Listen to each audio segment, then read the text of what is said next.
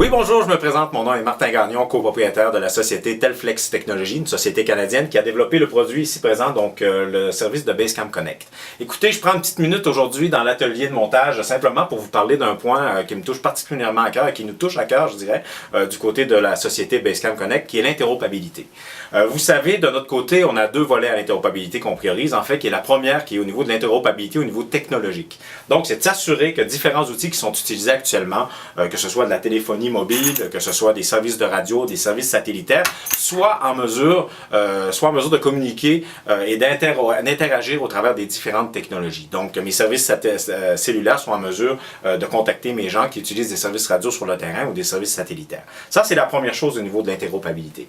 Le deuxième point qui est vraiment important pour nous, c'est le point opérationnel. Et dans le point opérationnel, ce qui est la priorité, c'est que nous, on veut vous offrir vraiment une option d'interopabilité, donc être en mesure d'interagir avec différentes organisations qui sont déployées lors d'une crise, mais tout en respectant vraiment la chaîne de commandement qui est déjà en place dans votre organisation. Donc, si j'y vais rapidement avec un exemple, c'est exemple, vous avez un premier organisme qui est exemple votre DIS ou votre propre organisation. Vous fonctionnez avec votre propre service de radio qui est sur place, donc vous avez déjà vos groupes qui sont montés, vous avez déjà votre structure qui est bien établie.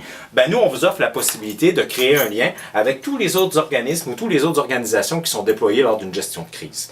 Pourquoi on dit qu'on déploie vraiment des services interopérables mais qu'on respecte la chaîne de commandement? C'est que nous, ce qu'on préconise, comme vous le voyez sur le tableau, c'est vraiment d'identifier seulement une personne ou quelques personnes qui sont en mesure dans votre groupe de communiquer avec les principaux intervenants des autres organismes. Ce qui fait en sorte que vous pouvez communiquer avec un groupe qui est impliqué, 2 groupes, 3 groupes, 5 groupes, mais ça ne crée pas des groupes de milliers de personnes nécessairement, mais plutôt on va créer des liens avec les gestionnaires qui sont impliqués en place. Et ça, c'est quelque chose qui nous tient à cœur. Et je le répète en terminant, tout ça en respectant la chaîne de commandement. Donc, merci beaucoup. Je vous invite à partager l'information et n'hésitez pas à communiquer avec nous pour toute question ou interrogation concernant notre solution de communication. Merci et au plaisir.